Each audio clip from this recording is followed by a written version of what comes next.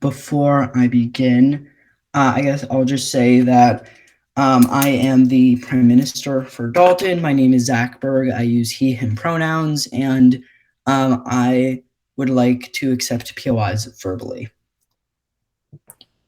Oh, sorry. So would we. We would also like to take POIs verbally. Okay, awesome. So then, if there are no objections, my time will begin on my first word.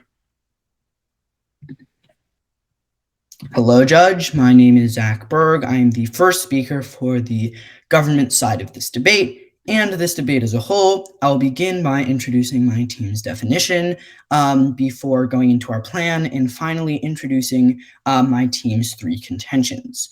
Starting with our definition, we define retaliation as some sort of offensive form of hacking, not protecting against foreign hacking, but rather using an offensive method in order to retaliate to another country using an offensive form of some sort of hacking or cyber attack or something like that. Moving on to our plan.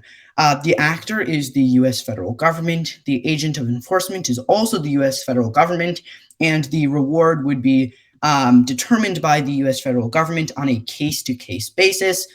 They would determine what benefit the hacker has brought to society, and based on that information, they would decide what an adequate reward would be for their actions. The funding would come from normal ways and means, and finally, the time frame is that this would be implemented by the end of this calendar year. With that, contention 1 is a bargaining chip, and subpoint A is perceptual. So, Judge, other countries would know when we declare this. We would declare that we would be providing money to hackers if they were able to successfully conduct counterattacks. And what this would do is this perceptual thing would make it so that other countries are more willing to work with us because they fear what a counterattack could bring. And the second subpoint on this is actually having malware in their system, actually conducting these counterattacks. Like using offensive operations against like foreign opponents or people, other countries that we don't have the best relationships can give us an upper hand in negotiations. Because we have access to data, we could use this as a way to get countries to work with us. We can tell them that we have malware in your system, we are hacking you, and like we are only going to stop if you meet our demands. This is empirically proven. For example, we have malware in Russia's grid, and this is the reason why Russia has not launched a massive cyber attack against our own grid. Judge, Russia has malware in our power grid right now, and the only reason that they haven't attacked and like which would have caused mass catastrophe is because we also have malware in their grid, and that they fear that if they launch an attack, that since we have malware in their grid, that we are going to be able to respond. So, Judge, we want to continue this fact of being able to use offensive retaliation as a bargaining chip in order to make sure that other countries do not like launch a cyber attack or do other bad things. So, Judge, the impact is tripartite. The first is stopping other cyber attacks or other hacking from other countries. I just gave the example of Russia, but what we would say is that just in general, being able to have the perceptual threat of a counterattack, but B, being able to actually tell countries that there is some malware in their system will prevent the will help prevent actually cyber attacks against the United States. The terminal impact here is going to be lives, as cyber attacks are going to impact people's lives and are going to kill people, and moreover also quality of life, because it's going to be bad for the economy. The second impact here is climate change. This is a major tool we can use to help other countries combat the climate crisis. If we tell them that the only way we're going to get this malware out of your system, the only way we're going to stop this counterattack is if you cooperate with us on the climate crisis, then they're going to be more willing to cooperate. And Judge, I want to bring you back to the motion, is that this just says retaliation. It doesn't necessarily say retaliation to a cyber attack. So this could be a form of retaliation to a country not cooperating on the climate crisis. It could be retaliation to another country not cooperating on another major issue, which brings me into our third impact, which is combating pandemics. Judge, we need other countries to communicate with us in order to effectively combat pandemics. Pandemics are a global problem, not a problem for individual countries. Thus, if we don't have this as a bargaining chip, there's going to be more lives lost, which is obviously really bad. Contention 2 is deterrence. By effectively privatizing hacking, we deter other nations from hacking into our system. So, Judge, not only does it help once we have it in their system, but it also just helps deter cyber attacks or helps deter attacks in the first place because they have a fear of what they fear the retribution that such an attack would bring. So what we tell you is that it's going to stop attacks in the first place. The impacts is going to be quality of life because businesses are going to be hacked less, and also lives because large hacks could kill people. Our third contention is solving a problem. Judge, give the example of Russia hacking the election in 2016. Having hackers be able to hack into the Russian system, they would be able to determine what hacking was done and hack that system to reverse the damage and stop any damage that could happen in the future. So what we tell you is that being able to reward these people with some sort of reward for retaliating with hacking, it will allow us to solve these major problems. So tying this back to the example that I just gave about Russian hacking, it would be able to fix the problem, which would have helped democracy. But it's not just isolated to that. The impact is just going to be fewer hacks in general, which is going to mean that the U.S. is more stable. There are an abundance of different ways this could manifest itself, either A, protecting democracy, B, just in general, helping the economy, and an abundance of other impacts. So, Judge, in conclusion, there are 3 reasons why you're going to be voting for the government in today's debate. The first is about a bargaining chip, the second is on deterrence, and the third is on solving problems. And for these 3 reasons, I urge you to cast a government ballot. Thank you.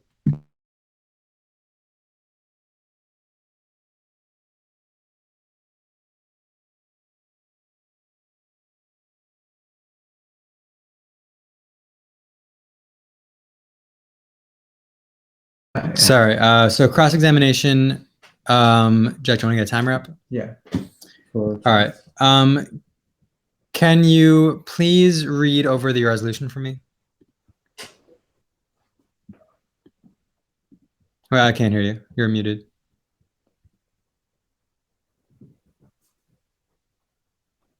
Sorry. Okay, I'm going to restart my time.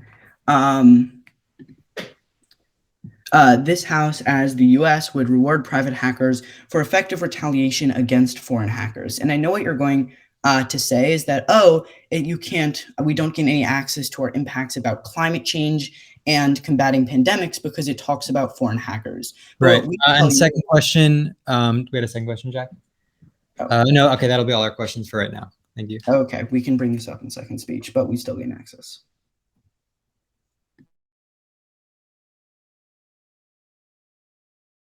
Oh, turn it on. Okay, sorry about that. Sometimes we have technical issues here. Okay, cool. So I have 8 minutes. I'll give a little off-time roadmap, even though Joel is here and he hates off-time roadmaps. I like them. So first, I will be going over our own case, the side opposition's case. Then I will be talking about side government's case. Time starts now. Hello, my name is Jack Weiland, and I am refuting the resolution that this House, as the U.S., would reward private hackers for effective retaliation against foreign hackers. So first of all, let's just give a quick definition of a hacker: a person who circumvents security and breaks into a network, computer file, etc., often but not always with malicious intent. This is from dictionary.com. This is a value round. Our opponents did not set a standard. We'll just set a standard right now. The standard should be that of, we'll do net benefits. because that is the simplest standard of which both sides can argue under. So let's get into some important things. First of all, we agree with your definition. This is not about prevention. This is about retaliation. What does effective retaliation mean? So our first contention is that of control, that of vigilantism. Our first warrant for this is that by rewarding these private hackers for hacking back, we reward vigilantes.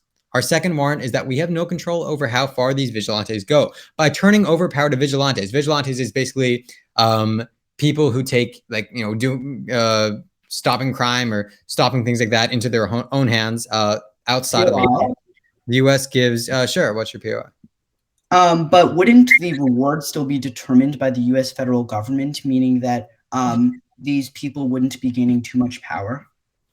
Oh, but we're supporting the vigilantes. They're going to want to go as big as possible to get as big of a reward as possible, which has possibly huge implications for what these hackers do, which I'll get into later in my case. So by turning over power to vigilantes, by basically giving vigilantes a go ahead, saying you should be doing these things, things that are often wildly illegal under U.S. law and also international law, U.S. gives them free reign over a dangerous world of hacking. They could hack election processes of other countries. They could hack into nuclear programs, etc. Our third warrant for this is that hackers do not have the same interests as government. Hackers don't care if they completely destabilize the Chinese stock market. The government sure does. Hackers will be going for as big as possible because the AF's plan is to give them rewards based on how big of an impact they have. If the bigger the impact, the bigger the reward they get. If they destabilize Chinese stock market, that sounds great for the hackers, but that's not aligned with the interests of the U.S. government. What is aligned with the interests of the U.S. government is the CIA, is the hackers we currently have in our government who do these kind of things, who work with these kind of programs. That's the kind of hacking that the government should represent and should encourage. Not right now. We'll have cross-examinations later. It should not be these private hackers that we are going to be rewarding under this plan. So we need control over these kind of covert operations. We need specific goals, specific protocols, and secrecy. Vigilantism destroys all of that. Imagine if we did the same, we gave it over to vigilantes for all the work that the CIA does, it would be absolutely chaos. It is irresponsible for our government to do. The impacts of this contention are that of global chaos, which leads to loss of life, and decreased quality of life all over the world. Our second contention is that of diplomacy. So our first warrant for this is that eye for an eye diplomacy is not good strategy and is not good diplomacy. The U.S. holds itself as a moral and righteous country, and this is partly how it retains its worldwide status. To retaliate in kind and do the same atrocious actions that are being done to us decreases credibility. If Russia hacks our election system, should we really be hacking their election system in return? Retaliation is not good diplomacy for the U.S. The second warrant for this contention is that of uncertainty. We are putting our foreign policy and diplomatic efforts worldwide into the hands of unpredictable people who are out there to do as big of a job as possible, to get as big of a reward as possible. This decreases credibility that we have worldwide because we'll have hackers taking unpredictable actions that no one could predict that are possibly dangerous for the entire world. Many of these countries that might be retributed against are nuclear powers. If hackers mess with nuclear programs, then flat out nuclear war could possibly happen. The closest we have ever come to nuclear war was during the 1960s, when a combination of miscommunication and malfunctioning machines nearly started a nuclear war with Russia. It was only prevented by careful procedure and control by our government, by giving power over to these hackers who could possibly hack these nuclear programs. That gives room for the closest we will ever come to nuclear war. That is likely how nuclear war will start if it ever does. Miscommunication and malfunctioning and unpredictable moves by hackers like these. Imagine what would happen if Russia did this. All right, going into our third contention is that retaliation itself is just harmful. Besides being dangerous and unpredictable, retaliation simply isn't helping anyone. Our first warrant for this is that the U.S. government would be paying for a useless service. Hackers retaliating would not be an effective way to combat these issues. It should be based on prevention, not retaliation. We should be spending money on firewalls, better cybersecurity, actual government employees, white hat hackers, diplomacy, etc. We should not be wasting our time on giving money on possibly giving incentives to hackers to do irresponsible things that are not aligned with U.S. policy. Now, let's go on to the opponent's case. First of all, their plan, we agree with their actor, etc. And they should really give funding because we have no idea how much money they're paying these hackers. Like, what is the cap? Are you possibly paying $1 million is like $6 if you're successful? Like, what does this mean? They should give more framework around this, which maybe they can in their next speech. So their first contention around bargaining chip, they argue that basically if other countries know that their hackers will attack, then we'll retaliate. And they give this example of malware in systems, and that Russia has malware in our systems, but they haven't attacked because we have malware in their systems. But the malware that is in their systems now was not put there by private hackers. It was put there by the CIA. All this bargaining chip, this exists in the status quo POI. in the form of white hat hackers. Yeah, what's your POI? But if we are rewarding private hackers for doing this, isn't there going to be more scenarios in which we can have a bargaining chip? If it's beneficial in one scenario, should we be maximizing beneficial?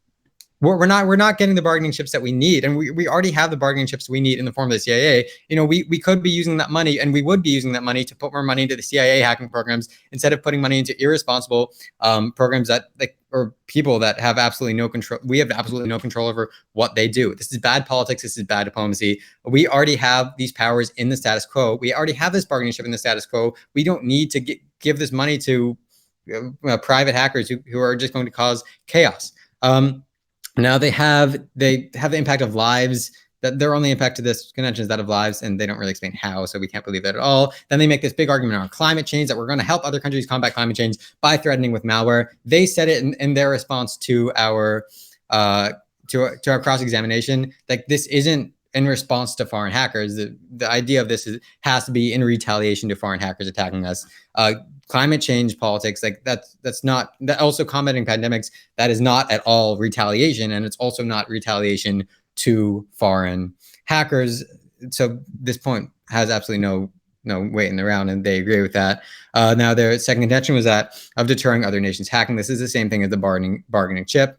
And again, we're not preventing other countries from doing so. We're just threatening them. Their third contention was that of solving a problem, and that having hackers hack into the election system can solve election issue damage. I would like them to give more links to this. How so? They don't explain, so we can't believe this. Again, all of their contentions, everything exists in the status quo. They list all these impacts, but they don't explain how it's unique to private hackers, because we already have public hackers in the form of white hat hackers in the CIA who can put this malware in, who can use it as a bargaining chip with other countries, etc. We don't want to put this power into the hands of unpredictable vigilantes who will go against U.S. policy and cause diplomatic chaos in the entire world.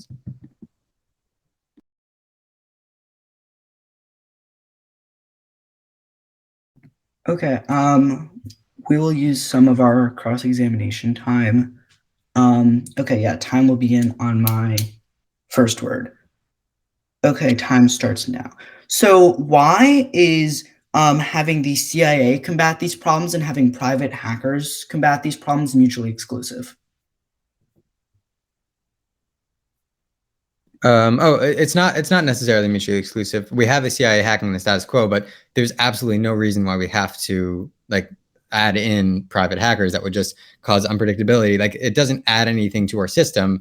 Like, we already have all these capabilities now, and we are using it. There are no beneficial impacts that you listed, at least, that exist from giving money to private hackers. Okay, but you agree that they're not mutually exclusive?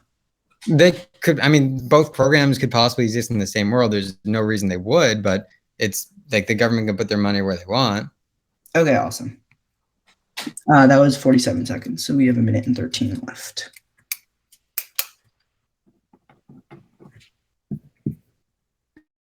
Okay. I have 8 minutes. And my time will begin on my first word. All right, so first let's go into their side of the flow. They give you 3 contentions here: A, vigilantism; B, diplomacy; and C, that it's harmful. On their first point about vigilantism, they talk about how there's no control over these vigilantes, and essentially rewarding vigilantism is harmful. But the problem is they don't really talk about the idea that the U.S. can choose what to reward and set specific guidelines. I'll talk about that when they ask me to clarify the plan. I'm happy to do so. Obviously it's not going to be an insane reward. We can cap it at say $1 million. But the point being here that it's not going to be just whenever you hack something, you get money regardless of what it is. The U.S. government has discretion over how they can pay this money out. And so inherently what we see is like an incentive structure that I'll talk about later, why the idea of an incentive structure for these hackers is so important. But essentially, Judge, the thing you need to know right now is that the whole contention about vigilantism and how we have no control over it is false. Because we'll have inherent control. We have control over the money that these people get. And so inherently control over the money, control over the incentive for why they are doing this is control over them, because we can incentivize them to say, okay, you can't hack into an election, but you can hack in and give us intelligence. So their whole idea of like vigilantism being no control is false. Moving on to their second contention about diplomacy. Again, they talk about like how vigilantism is morally incorrect. Like, again, it's not really the case. They kind of give a little contradiction here, saying like it's morally incorrect to hack, and yet at the same time, the CIA is hacking right now. But like, I'll get into this later, but like the problem with the CIA is that it's super inefficient and cyber attacks are increasing currently. So disregard their second contention about diplomacy, or their moral high ground point is not really relevant. We're already doing it currently. That contradicts their refutations about the CIA malware existing in the status quo. They talk about, like, again, uncertainty about this being in the hands of unpredictable people. As I've shown you, these people may be not like owned by the government. They may not be like, their jobs may not be, they not be employed by the government, but the government still has control over the incentive structure that's making these people do the thing, and inherently control over how they're getting paid is control over like these people. We're never going to work with Russia anyway. So like saying basically like a cyber attack against Russia decreases diplomacy is essentially useless, because we're not going to be working with Russia anyway. I don't really think that's what my opponents are arguing for. So disregard that second contention. To their third contention about it being harmful and ineffective, I have a few responses here. So these just don't work, right? Defense doesn't work. Disclosing vulnerabilities does nothing because they're not patched. Like, the problem is, like, of all detected vulnerabilities, most came from like them dating to 2007. Because A, people ignore update warnings. B, they don't take the time to actually patch vulnerabilities. C, they use illegal software and are scared that patches will catch and disable their computers. And D, companies feel that the software they employ isn't patchable because their systems may break when they update. The implication of this is that they have no solvency, because disclosing vulnerabilities does next to nothing if they're not actually patched. Like 85% of successful hacks use top 10 exploits. So companies aren't taking necessary precautions, even with certain warnings. So the whole idea of prevention is ridiculous. 2, you can delink this, because even if companies do patch holes, advanced hackers can exploit them anyways, like we see in Russia. Like, hackers can take apart a patch and reverse engineer vulnerability it is fixing, and then weaponize it with an exploit. 3, there are like 3 to 20 bugs per 1,000 lines of code, meaning that any attacker can always get an affordable exploit that they can use for any target. So it takes the average organization 18 months to develop a patch in the first place, and even then, most cyber attacks involve vulnerabilities that were patched over a year prior because people don't download patches. And 5, most of the time, companies get hacked through backdoors, which cannot be patched. So the whole idea of defense here is like completely ridiculous. You can't defend against these cyber attacks. Like, it's been historically proven that you can't. And like the only way to do this is by counterattacking. So, Judge, they have no solvency here to the actual problem of this debate. So disregard their third contention and really all offense that they have, because there's no solvency inherently. They don't solve any sort of problem, and they can't stop any sort of cyber attacks. Moving on to our side of the flow. Our first contention about a bargaining chip. They talked about how the malware is put there by the CIA, so it exists in the status quo. But the problem is the CIA is super ineffective. Like, it's really inefficient. Cyber attacks are increasing. We see this. China has far better cyber capabilities than we do right now. Some radical change is actually needed right now because the CIA is ineffective. We've gotten hacked currently, and we're getting hacked. So the problem is that, like, our opponents are trying to claim that the cyber attacks are A, not increasing, but B, they're under control, which in reality it's not. The CIA is failing to do its job currently, and we need a change. And so B, like, the whole idea, like, my partner brought this up in a POI, like, about more scenarios. Like, there's more scenarios for these like hackers to do something. And then also, like, they're not mutually exclusive, right? We can still have the CIA working along with these vigilantes. Again, talking about the incentive structure, which is key here. If we control how much they're making, if we control the money and the rewards that they get, we can inherently control these hackers. We can say, okay, hack this, hack that, and inherently say, we're going to give you this reward for hacking this. So, like, their whole idea, we don't have malware in China currently. So they basically take our example that we have malware in Russia, therefore it works. And then they then say, okay, but we don't need any extra malware because it was put there by the CIA. The problem is that Russia isn't the problem here. Like, China is a big problem here. We don't have malware in China currently. The CIA isn't working. And they basically take an example and try and turn that contention, which is inherently false, because we don't have malware in China. The CIA isn't working currently. We need a new solution. To our second point about deterrence, they basically, firstly, to our point about climate change, they talk about like retaliation and like how it's not retaliation. But the thing is, retaliation against climate change manifests itself in attacks against hackers, right? When we're attacking places like China, we inherently get this bargaining chip. So it's not to say we're attacking you because you're not concerned with climate change. We're attacking you, and then we can bring that as a bargaining chip into discussions, into certain discussions. We can say these hackers have retaliated. Our private hackers have retaliated. We have malware in your systems. You should cooperate with us in solving the climate change crisis. They talked about how we don't have an impact in the lives, and so therefore we don't really have a warranted lives, and therefore we don't have an impact there. But like my partner gives you some pretty clear weighing, like obviously the climate change point, which I've shown, but like also the point about pandemics, right? Inherently, we increase lives and benefiting lives because the U.S. gains more influence on a global scale and is an effective bargaining chip to deal with threats like China. This inherently means we're more likely to solve like the climate change. We're talking about pandemics, so inherently this is much better. So like now, I think going on to our second contention, they talk about it's the same as bargaining. Like again, I've refuted as to why it's inherently important, why like it's not working currently, and why we need a radically different change. So really, they didn't really talk about a lot about our C2. They just said it's the same as C1, so extend the refutation there. Again, I've showed you why their refutation doesn't apply there, so our C2 is still standing. And then finally, we talked about solving the problem, and they basically said we don't have any warranting here. But like here, I'll give you some warranting here. Like basically, the idea that like having hackers hack into systems, they're able to determine what hacking is done and hack the system to reverse the damage and stop it in the future. That's like basically a quote from my partner's speech that went like really clean drop. So we have warranting there. It's not as if like we're just saying this. Like the warrant here is that because we have malware in their system, we can inherently find like the hacking that's been done. We can reverse the hacking, and we're able to like stop damage in the future. We can stop future hacking in other countries by exposing hackers and their methods, and by ensuring that we have inherently superior cyber security or cyber attacking capabilities. We're able to benefit. So ultimately, like Judge, we can talk about scope here, right? Scope is inherently what you should weigh this round on. We affect the most people because not only do we affect like the U.S., we also affect like global relations. The more hacking, the less risk there is for China, like for cyber attacks and for threats. So ultimately, Judge, you should vote for the proposition side. Thank you.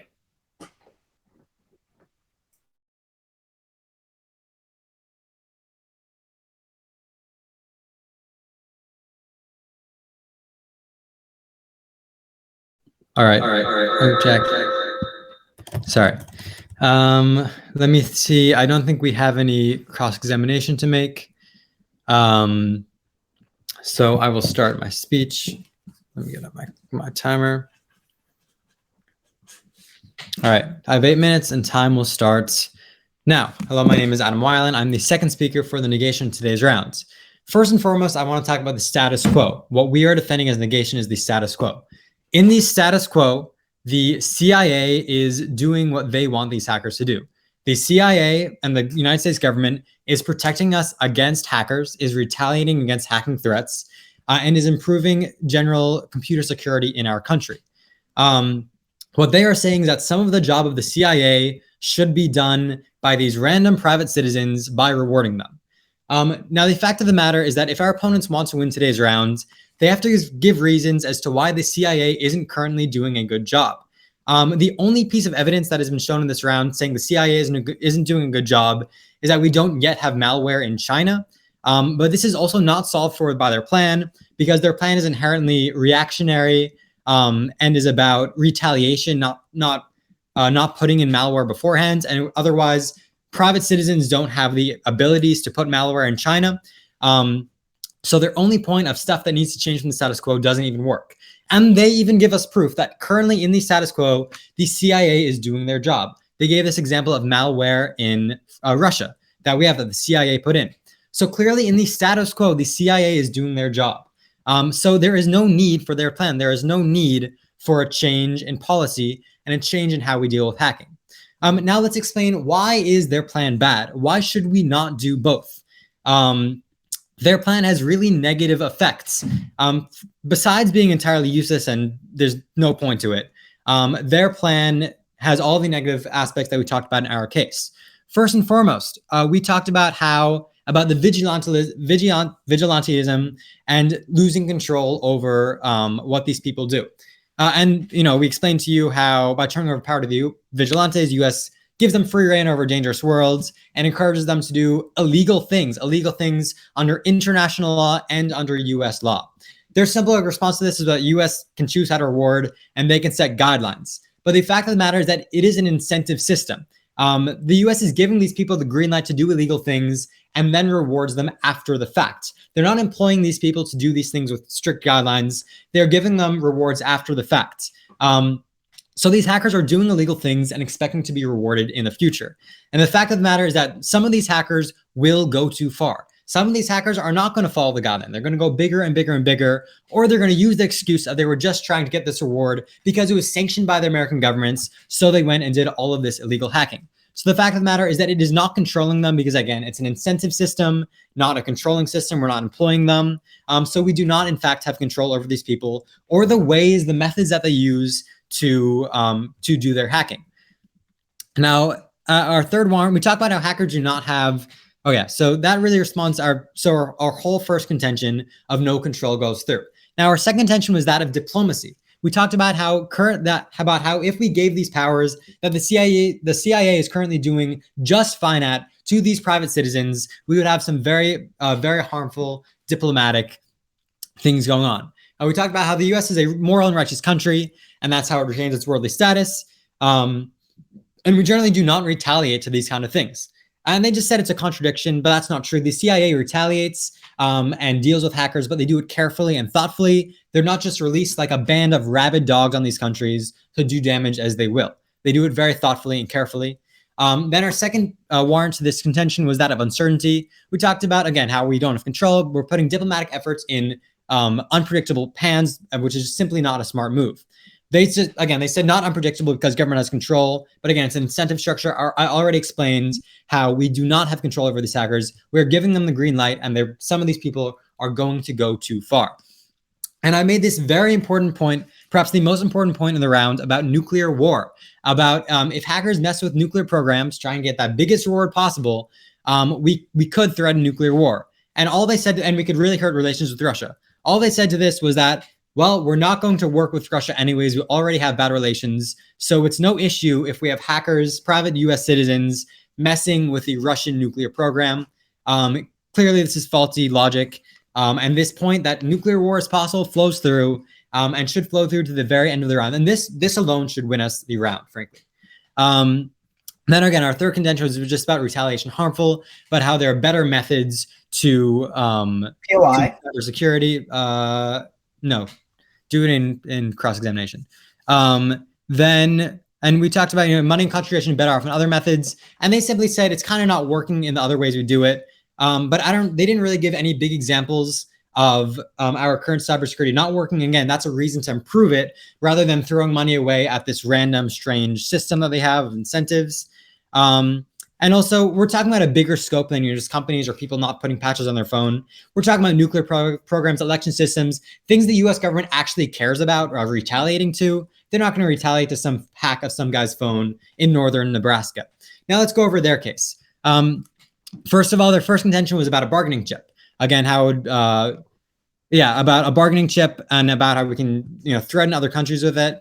But again, the CIA is already doing this. We already have a bargaining chip. This is an unpredictable bargaining chip. And again, it's a retaliation. So it's not about bargaining. It's about after the fact.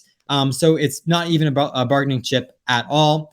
And again, they say CIA is super ineffective. They give no evidence, no warranting for this.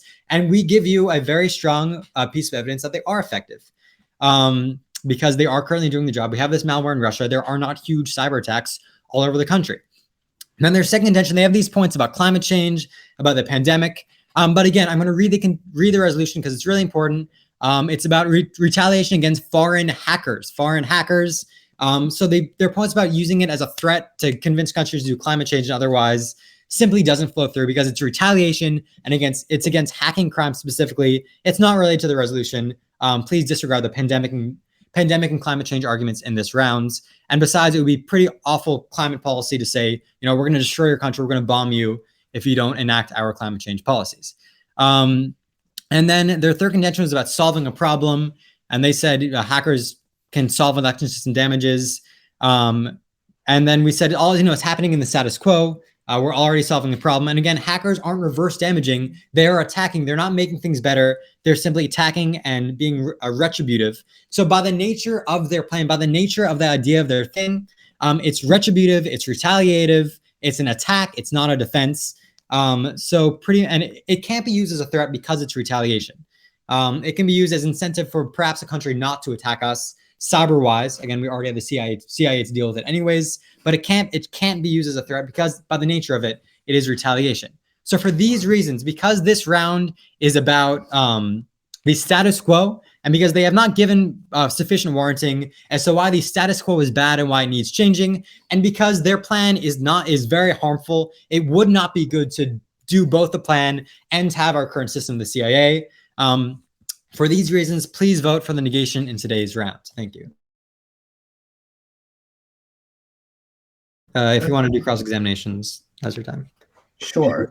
I actually wrote on my page 1:13. Do you remember if I used 1:13 or if I have 1:13 left? 1:13 left. 1:13 left. Okay, awesome. So I'll start time on my first word. So are there hotlines between the United States and Russia? What do you mean by hotline? Like a phone? Like hotlines to prevent nuclear war? I think so, yeah. Okay, I guess I'll take another question. Ashwin,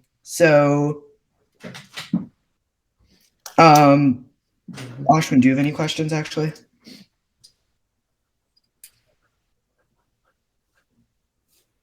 Nothing in particular. Let me see. Okay, yeah, I think that's it. All right, thank you.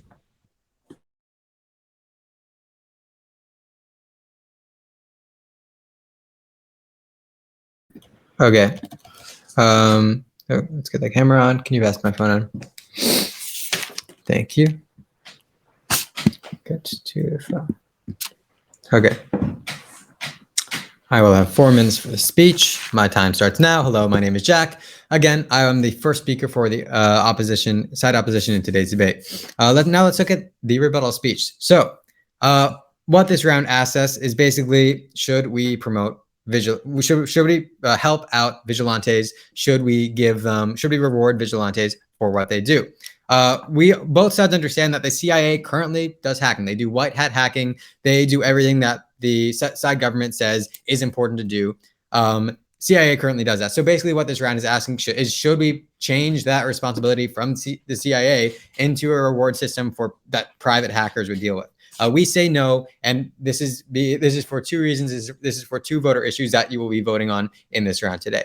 So the first voter issue is that of global chaos. What is so dangerous about vigilantes, what is so dangerous about them and is so dangerous under their plan is the chaos that will ensue, is the fact that there is no control over what these vigilantes can do. They try and pretend that there is control by creating these rewards and creating incentive systems for these vigilantes. But we prove to you how these incentive systems, basically the incentive, like the bigger thing you do, the more you get rewarded. That kind of incentive system leads to unpredictable actions from these citizens and leads to dangerous actions by these citizens. Things that we listed, such as hacking into nuclear programs, hacking into election programs, hacking into an election program. That is retaliation.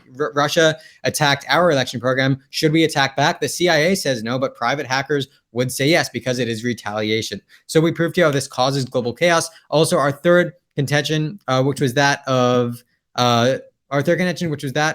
retaliation being harmful. Retaliation just in general causes global chaos, and the CIA does it effectively because it can do so conservatively, and it can do so in a controlled manner, such as the example I gave with how our country was on the brink of nuclear war with Russia in the 1960s during the Bay of Pigs invasion, and it was only stopped because of because of the levels of control the U.S. government had. And if we give if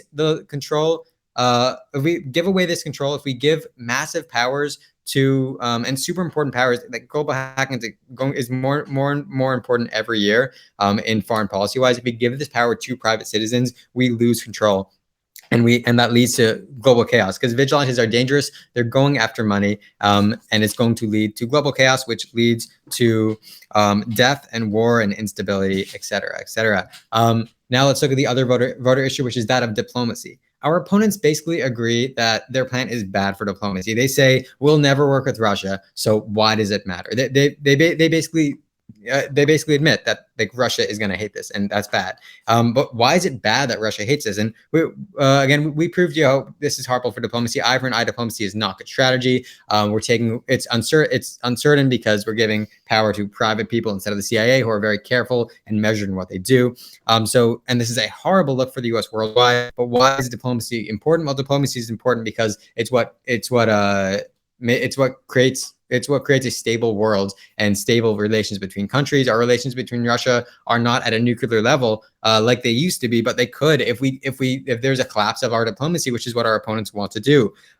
This leads to a decrease in credibility for the U.S. and an increase in hostility with countries like China and Russia that have nuclear weapons, a decrease in the power of the world order, global chaos goes up, deaths go up, poverty goes up. Every possible impact of nuclear war goes up, but also any possible impact of breaking down of the world economy, because there's going to be less trade with Russia if we have bad diplomacy, etc.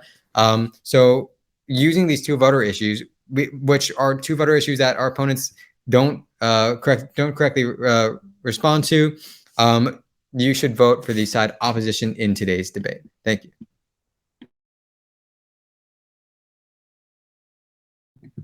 Okay, so if nobody has any objections, then my time is going to begin on my first word. Hello, Judge. My name is still Zach Berg, and I am the third and final speaker on the government side of this debate, and this debate as a whole. I will begin by going through the points that we make on side government, then I'm going to move on to the points that my opponents make on side opposition, and finally, I'm going to weigh this debate and show you, Judge, why even if you buy their points, you're still going to be voting for the government side of this debate. So let's start on our first contention about a bargaining chip. There are a few things that they really mishandle. The first, which is the round-ending mistake that my opponents make, is that they drop Ashwin's analysis, which says that there are going to be more scenarios. This also comes out of my speech and was clean dropped throughout the entire round. They are trying to frame this round as the CIA versus private hackers. But the analysis that we have given throughout this entire debate is that it is about more chances, more scenarios, more ways that the United States can respond. They are trying to misconstrue what this debate is really about. What this debate is about is not the CIA versus private hackers. It's whether having more opportunities to provide this retaliation is a good thing. That analysis goes clean dropped. But then let's look at the response about how, we already have malware in Russia. They really mishandle Ashwin's response, is that this is just proof, that this example is just proof that retaliation does work. We say there are so many more ways that retaliation can help, and there's always going to be more retaliation on our side of the house, given our analysis that goes clean dropped, because there are more scenarios, because the government can do it, A, and B, these private hackers can also do it. There's more routes for it to actually get done.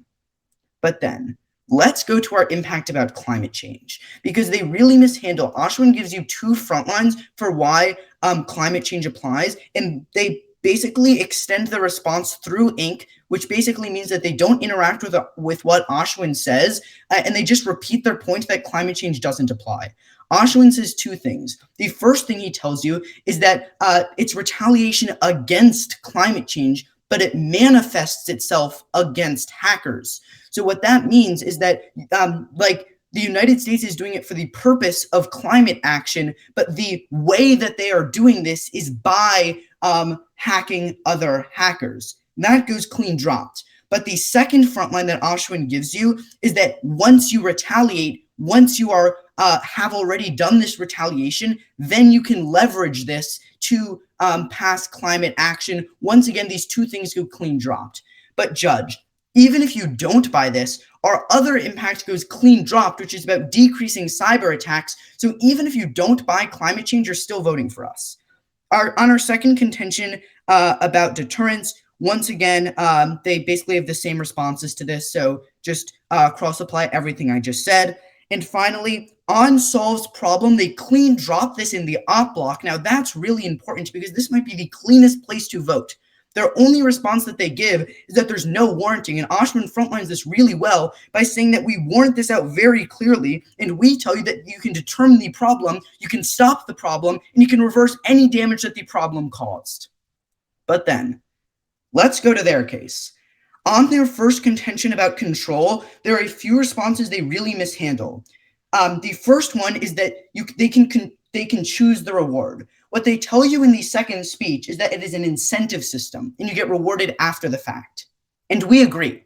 But that doesn't mean that A, there can be regulations, and B, you can change the incentives in such a way so that people act in a way that the government believes is the best way to point of order. Yep. Sorry, this point that the government can change the incentives based on kind of how dangerous stuff people are doing is a new point. That was an Oshman speech.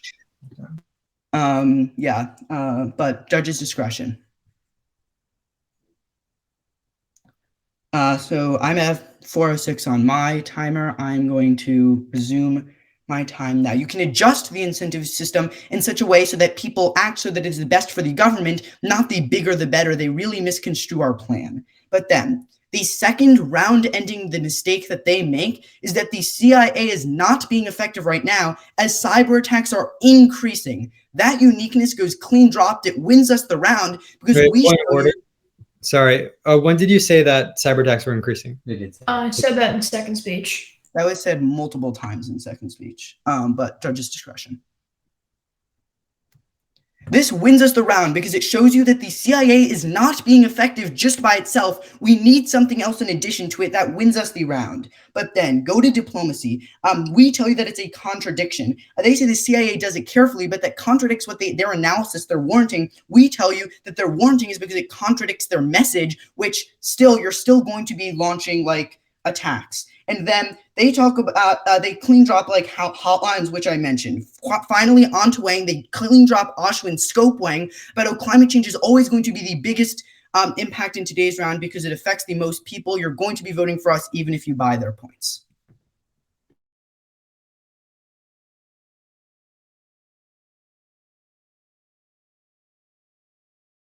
Great debate, guys.